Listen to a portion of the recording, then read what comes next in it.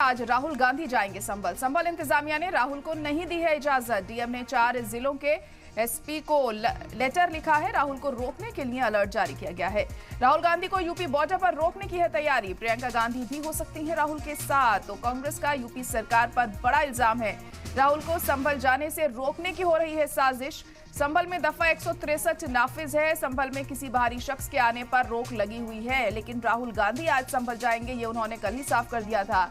लेकिन इंतजामिया की तरफ से उन्हें रोकने की पूरी तैयारी है। यहां पर राहुल को रोकने के लिए यहां पे अलर्ट जारी किया गया है। और हालांकि कांग्रेस की तरफ से इल्जाम लगाया जा रहा है कि उन्हें रोका क्यों जा रहा है और साजिश रची जा रही है राहुल गांधी को संभल जाने से रोकने की, क्योंकि धारा 163 वहां पर नाफिज है। और ऐसे में आज देखना होगा कि राहुल गांधी संभल में एंट्री कर पाते हैं या नहीं।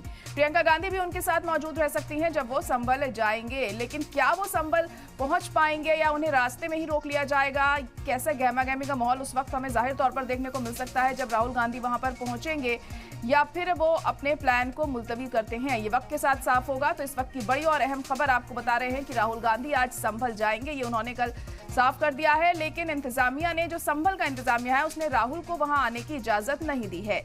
डीएम ने 4 जिलों के एसपी को लेटर लिखा है। राहुल को रोकने के लिए यहां अलर्ट जारी किया गया है। राहुल गांधी को यूपी बॉर्डर पर रोकने की पूरी तैयारी है। प्रियंका गांधी राहुल के साथ मौजूद रह सकती हैं, वो भी उनके साथ संभल जा सकती हैं, ऐसा माना जा रहा है। कांग्रेस का यूपी सरकार पर बड़ा इल्जाम भी सामने आया है। राहुल को संभल जाने से रोकने की साजिश रची जा रही है, ये कांग्रेस कह रही है।